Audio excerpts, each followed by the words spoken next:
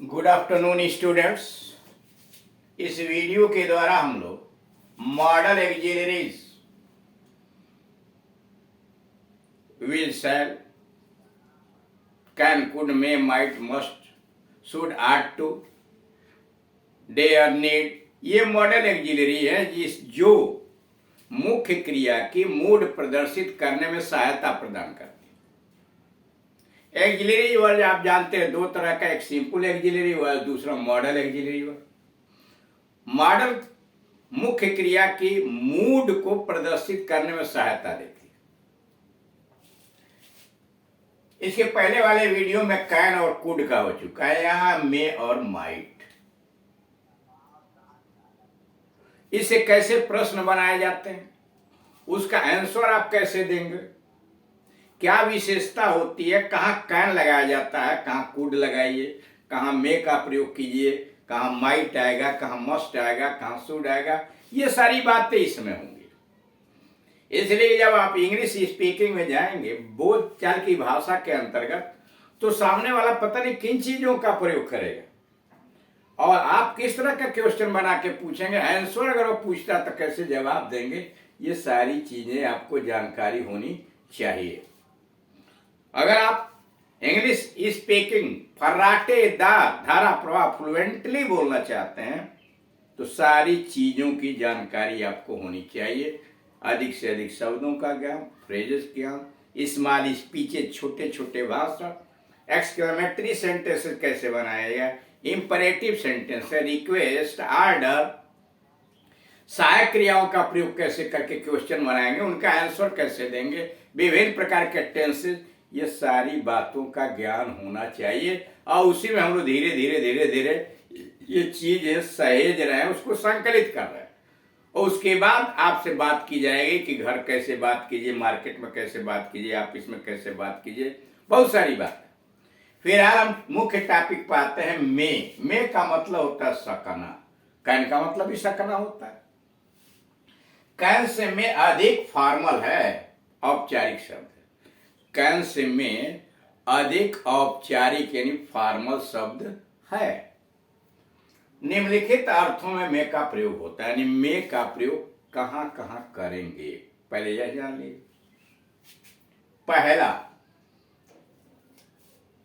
छात्र, मान लीजिए छात्र और अध्यापक यानी स्टूडेंट और टीचर में बात चल रही है।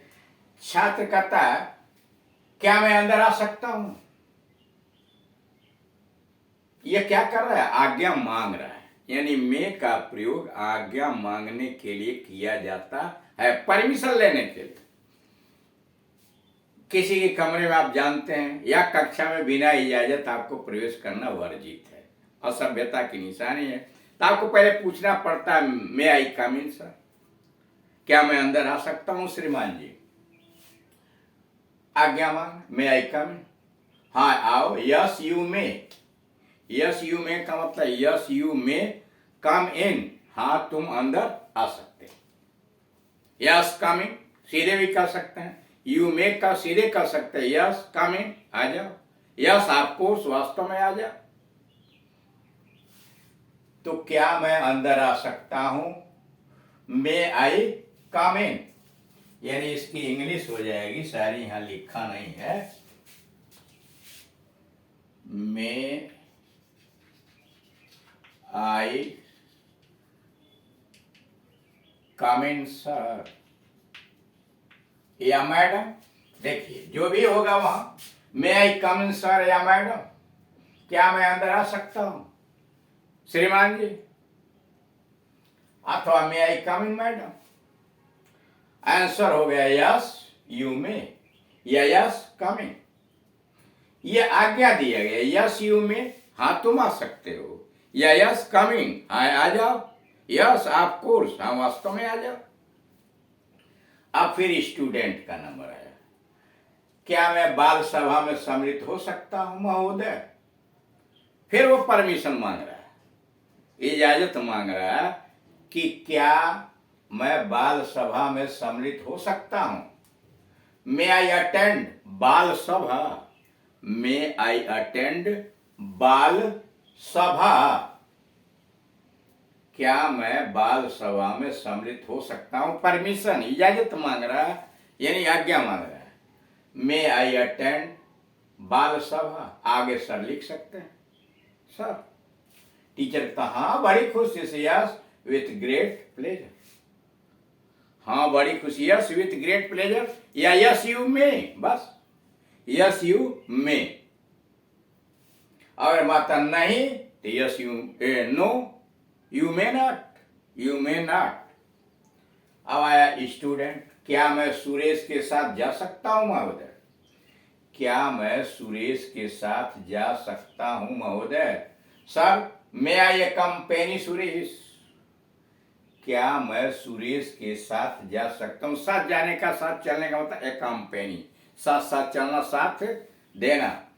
तो सर मे आई अकम्पेनी सुरेश, श्रीमान जी क्या मैं सुरेश के साथ चल सकता हूं? टीचर नहीं, तुम्हें आज्ञा नहीं है, नहीं तुम्हें आज्ञा नहीं है, तुम पहले अपना काम पूरा करो। टीचर नहीं, तुम्हें आज्ञा नहीं है, तुम पहले अपना काम पूरा करो। No you better finish your work, no you better finish your work. सुनिए स्टूडेंट, क्या मैं सुरेश के साथ जा सकता हूं महोदय? सर मे आई अकम्पेनी सुरेश, मैं क्या सुरेश के साथ जा सकता हूं? टीचर नहीं, तुम्हें आज्ञा नहीं है, तुम पहले अपना काम करो। No you better finish your work first, बेहतर है तुम पहले अपना काम पूरा करो। अब आइए, इसे वह पसंद कर सकती है। और कहाँ कहाँ रहता है? यह तो परमिशन मांगने और परमिशन देने, आज्ञा मांगने और आज्ञा देने के लिए इसका प्रयोग किया गया। अब यहां कह रहा है और कहां प्रयोग होगा? संभावना के लिए। इसे वह पसंद कर सकती है, सी में लाइक इट, ये क्या पॉसिबिलिटी है, संभावना। इट मे रेन टुडे, आज वर्षा हो सकती है। इट मे रेन टुडे, आज वर्षा हो सकती है। यह क्या है? संभावना व्यक्त की जाती है, मे से संभावना व्यक्त की जाती है। ही मे कम टुडे, वह आज आ सकता है, संभावना आने की है। मे यू लिव लॉन्ग, अब यह क्या है? कामना, इच्छा या आशा प्रकट करना। मे यू लिव लॉन्ग, तुम दीर्घजीवी हो, ईश्वर करें तुम लंबे दिनों तक जिंदा रहो। May you live long. अब यहां आपने देखा कि मे का प्रयोग आज्ञा मांगने, आज्ञा देने, संभावना व्यक्त करने और साथ ही साथ शुभकामना व्यक्त करने के लिए भी किया जाता है। चार चीजें आई आज्ञा मांगने के लिए, जैसे मे आई कम इन सर, यस यू में, हाँ तुम आ सकते हो।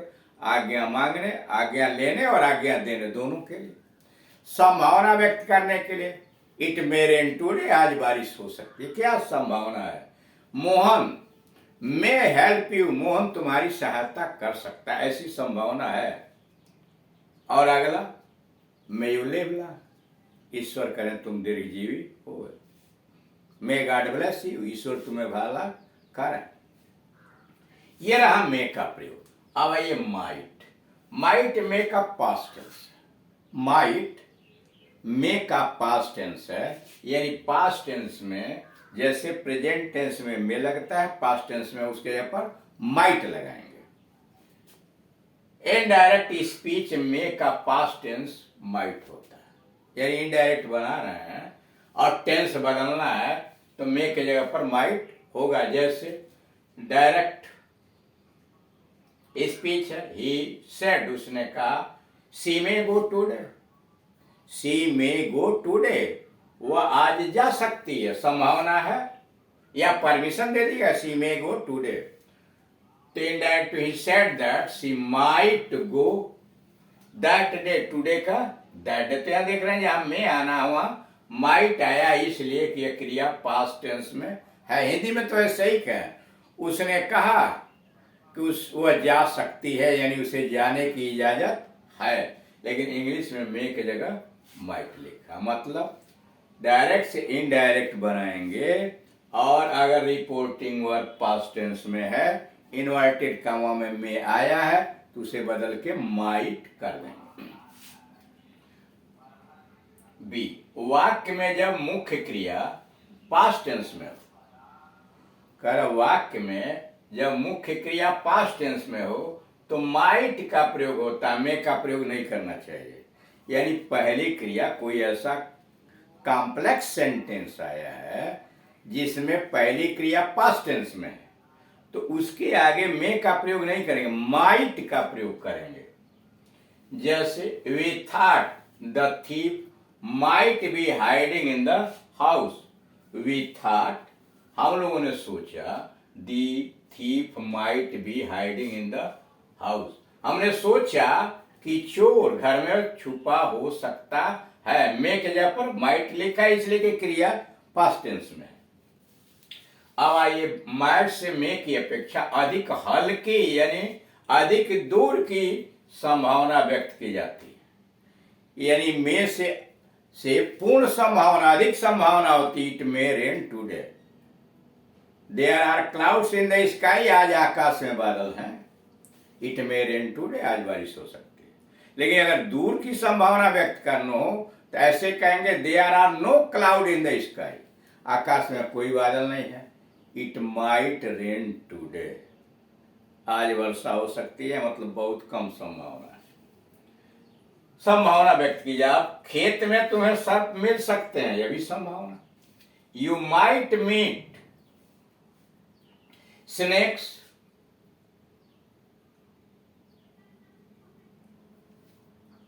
इन the field. You might meet snakes in the field, खेत में तुम्हें सर्प मिल सकते हैं। You might meet snakes in the field. Mohan ने शायद उसकी मदद की हो, मोहन ने शायद उसकी मदद की हो। Mohan might have helped him, Mohan might have helped him. शायद वह यहाँ आया होगा, शायद वह यहाँ आया होगा। He might have come here, he might have come here. इस तरह से आपने देखा कि कैसे मे और माइट का प्रयोग कहाँ कहाँ किया जाता है, क्या व्यक्त करता है, कौन से मूड प्रदर्शित करता है और उसके क्वेश्चन आंसर कैसे बनाए जाते हैं। Thank you.